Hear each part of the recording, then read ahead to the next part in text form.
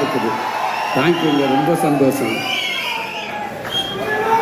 இங்கே வந்து தம்பியெல்லாம் மறந்துடுவேண்டா, ஒரே நிமிஷம் நான் மறந்துடுவேன். நீங்கள் கத்த விசில் அடிக்க இங்கே சேது மாமா என்னை கலாச்சிக்கிட்டே இருக்காப்புல. என்ன மாமா ஃபுல்லாக ஆள் இறங்கிட்டாங்களான்னு கேட்டாப்புல. நான் சொன்னேன், மாமா எனக்கு வந்துட்டு ஒரு 50-60 டிக்கெட் தான் மாமா, மிச்சம் பூரா எங்கே போயிருக்குன்னு தெரியல மாமா அப்படின்ட்டு. பரவாயில்ல, அந்த 50-60 பவரே பயங்கரமாக இருக்குது. அப்போ அத்தனை பேர் வந்து எப்படின்னு தெரியல. தேங்க்யூ அன்பு தம்பிகளா. இங்கே வந்திருக்கிற விடுதலை குடும்பத்தார்கள் அனைவருக்கும், பத்திரிகை நண்பர்களுக்கும், மீடியா நண்பர்களுக்கும், அன்பு தம்பி தங்கைகளுக்கும், அன்பு ரசிகர்கள் உங்களுக்கும் எங்கள் விடுதலை டீம் சார்பாக ஒரு பெரிய நன்றியை சொல்லிக்கிறேன். இந்த விழா நாயகன் எங்கள் ஐயா, நம்ம ராசா இளையராஜா ஐயா.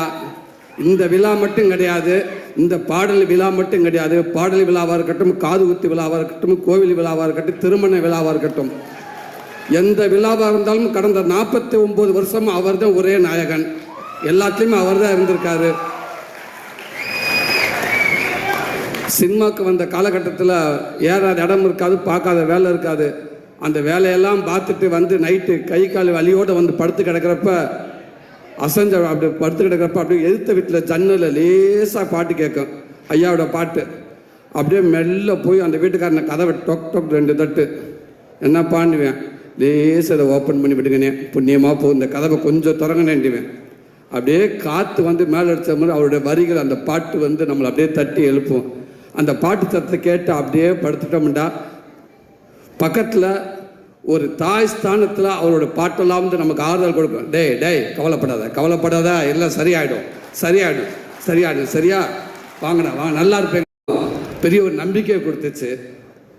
அப்படிப்பட்ட ஒரு மாபெரும் இசை கலைஞன், இசை கடவுள் அப்படின்னு சொல்லலாம். உலகத்தில் இசை மருத்துவர், தலை சிறந்த இசை மருத்துவர்னு இப்படி சொல்லிக்கிட்டே போகலாம். எவ்வளோ வார்த்தைகள் சொன்னாலும் பொருந்தக்கூடிய ஒரே மனிதர் எங்கள் ஐயா அவர்கள் தான். நேற்று ஒரு ஈவினிங் போல் ஒரு ஃபோன் வந்துச்சு எனக்கு. ஒரு IPS அதிகாரி, ரொம்ப உயர் போஸ்டிங்கில் இருக்கக்கூடியவர்.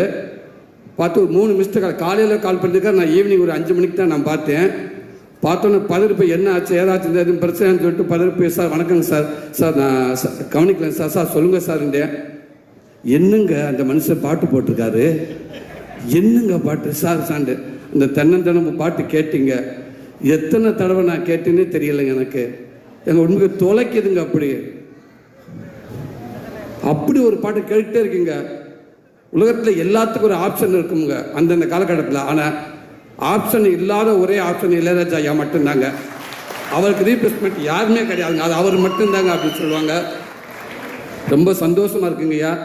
வாழ்க்கையில் மிகப்பெரிய பதிவு சமீபத்தில் எனக்கு நடந்துச்சு. ஒரு 10 நாளைக்கு முன்னாடி அந்த பாடல் வெளியீட்டு விழா அன்னைக்கு சாரோட ஆஃபீஸுக்கு போகிறப்ப நான் ஃபஸ்ட்லேயே வந்துட்டேன். அங்கே யார் இருக்கான்னு கேட்டு, யாருமே இளையராஜா ஐயா மட்டும்தான் இருக்காங்க அப்படின்னு.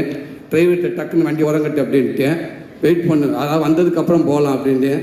சொக்கலிங்க பொங்காளி வாங்க போ அப்படின்றாரு. சும்மா இருங்க, அவர் மட்டும்தான் இருக்காருன்னு. ஏன்னா அவர்கிட்ட போய் உட்காந்து பேசுறதுக்கு எனக்கெல்லாம் நம்மள ஒரு ஆளே இல்லை. இருந்தாலும் யாராவது நமக்குன்னு ஒரு கைதட்டு வரணும்னு சொல்லிட்டு நான் ஆரம்பித்தேன் ஒவ்வொன்றும் அப்படின்னு சொன்னார். அதையெல்லாம் கேட்குறப்ப பக்கத்தில் இருந்துட்டு இப்படி ஒரு பேசுகிறப்ப வாழ்க்கையை செயற்படுறப்ப அந்த பதிவுக்குள்ளே நம்ம இருக்கோம் இல்லையா, அந்த பக்கத்தில் ஓரமாக கைகட்டி உட்காந்துருந்தேன் இல்லையா, இது என் வாழ்நாள் மிகப்பெரிய பொக்கிஷம் இல்லையா. இது எனக்கு இது நான் மட்டும் இது என்னோடய சந்ததிகள் எல்லாமே இதை பாதுகாக்க விட்டு ஒரு பதிவு. இது ரொம்ப நன்றிங்க. அப்படி இருக்கப்போ உங்கள் வரிகளில், உங்களுடைய மியூசிக்கில் நான் ஒரு உருவமாக இருந்திருக்கேன். இப்பவும் சொல்கிறேன், இது கனவா என்னன்னு தெரியலை. இப்படி ஒரு வாய்ப்பு எடுத்து கொடுத்த வெற்றிமாறனே ரொம்ப நன்றிங்கய்யா. அடுத்து இங்கே ராஜிமேன் சார், ஸோ உங்களோட ஒர்க் பண்ண ரொம்ப நன்றி சார். இந்த படத்தில் அவன் வில்லன்களாக வந்து கத்தி சத்தம் வந்து கத்தின்னு சொல்லுவாங்க, கண்ணு எதுவுமே இல்லாமல் ஒரு கொடூர வில்லன் அப்படின்னா படத்துக்குள்ளே சொல்கிறேன், உங்களை மட்டும்தான் சொல்லணும் சார். அப்படி ஒரு பதிவாக இருக்குது அண்ணனோட இது. நீங்கள் பார்ப்பீங்க, அந்த விடுதலை 1 பார்த்தீங்க இல்லையா, இப்போ விடுதலை 2ல் பார்ப்பீங்க. அவரோட அற்புதமான ஒரு ஆக்டிங்க. வாழ்த்துக்கள் உங்களோட ஒர்க் பண்ணல ஜாக்கியண்ணே, வழக்கம் போலண்ணே. நீங்கள் இருந்தாலும் நீங்கள் இல்லாட்டாலும் உங்களுடைய பங்களிப்பு சினிமாக்குள்ள அதிகமாகவே இருந்துக்கிட்டே இருக்குன்னு ரொம்ப சந்தோஷம். உங்களுக்கு வாழ்த்துக்கள். சேர்த்தனே உங்களுக்கும் வாழ்த்துக்கள்ங்க. சாரி, நம்ம எல்லாம் ஒன்றா தான் இருந்தாலும் நான் நீங்கள் சீனியர் அடிப்படையில் சொல்கிறேன். ரொம்ப சந்தோஷம் உங்களுக்கு ஒர்க் பண்ணல.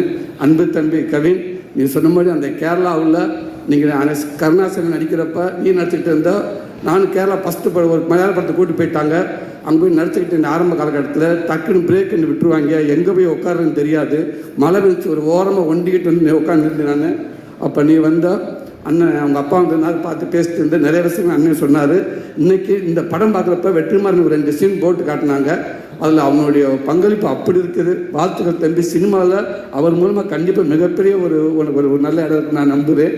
உடம்பு அவ்வளோ சூப்பராக வச்சுருந்தேன். செம்ம ஃபைட் பண்ணியிருந்தேன் தம்பி. வாழ்த்துக்கள் தம்பி. வணக்கம்.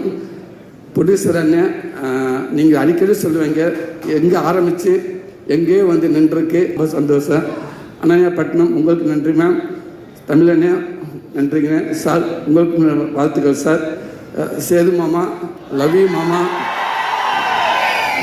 கொஞ்சம் படம் பார்த்துட்டு அப்போ நான் சொன்னேன், இந்த லவ் ஏரியா ஒன்று பண்ணியிருக்காரு மனுஷன், வேறு லெவலில். அது உண்மைக்கு அதாவது டைலாக் பேசி ஆக்சிடென்ட் பண்ணி நடிச்சிடலாம். ஒரு 5 நிமிஷம் ஒரு 10 செகண்ட் ஒரு லவ்வை வந்து லவ் பண்ணி நம்மளை ஹோல்ட் பண்ணுறது பெரிய விஷயம்.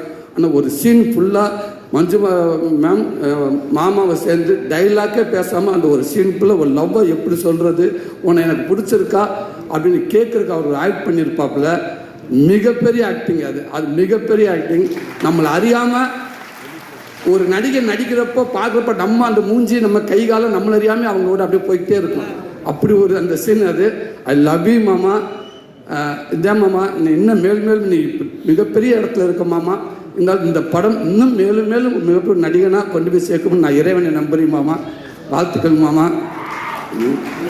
எங்கள் அண்ணன் வெற்றிமார் அண்ணன் சூரி கீப்பு மாதிரி அப்படி மாற்றி எழுதலாம். வெற்றிமாறன் யூனிவர்சிட்டியில் விடுதலைங்கிற ஒரு டிகிரி படித்ததுக்கு அப்புறம் தான் என் வாழ்க்கையே மாறிடுச்சு நான் நினைக்கிறேன். சினிமாவை நான் பார்க்குறது மாறிடுச்சு, சினிமா என்ன பார்க்குறதோ மாறிடுச்சு நான் நினைக்கிறேன். அதுக்கு முன்னாடியெல்லாம் வந்து என்னோடய படங்கள்லாம் பார்த்துட்டு வந்து உங்கள் படங்கள் நல்லா இருக்குது, காமெடிகள்லாம் நல்லா இருக்குது, அந்த காமெடி நல்லா இருக்குது, இந்த டே நல்ல ஃப்ளோவில் போயிட்டுருக்குடா, கொஞ்சம் அமைதியாகலாம், அந்த காமெடி நல்லா இருக்குது, இந்த காமெடி நல்லா இருக்குன்னு சொல்லுவாங்க. அப்போ நான் சொல்லி உண்மைக்கே டேரக்டருக்கு ரொம்ப நன்றிங்க அப்படின்னு சொல்லுவேன். ஆனால் இன்றைக்கி என்னை பார்க்குறப்ப உண்மைக்கே ஒரு நல்ல நடிகனாக இருக்கீங்க நீங்கள். அந்த இடத்துல அந்த படங்கள் பார்க்க சூப்பராக நடிச்சிருக்கீங்க, இந்த சீன் நல்லா நடிச்சிருக்கீங்க, நீங்கள் குமரேசனாகவே இருக்கீங்க. உங்களை பார்க்குறப்ப அந்த சூரியன்றது எங்கேயுமே தெரியல, குமரேசனாகவே இருக்குது அப்படின்னு சொல்லுவாங்க எல்லாரும். உண்மைக்கே எனக்கு ரொம்ப சந்தோஷமாக இருக்குது. அது மூலமாக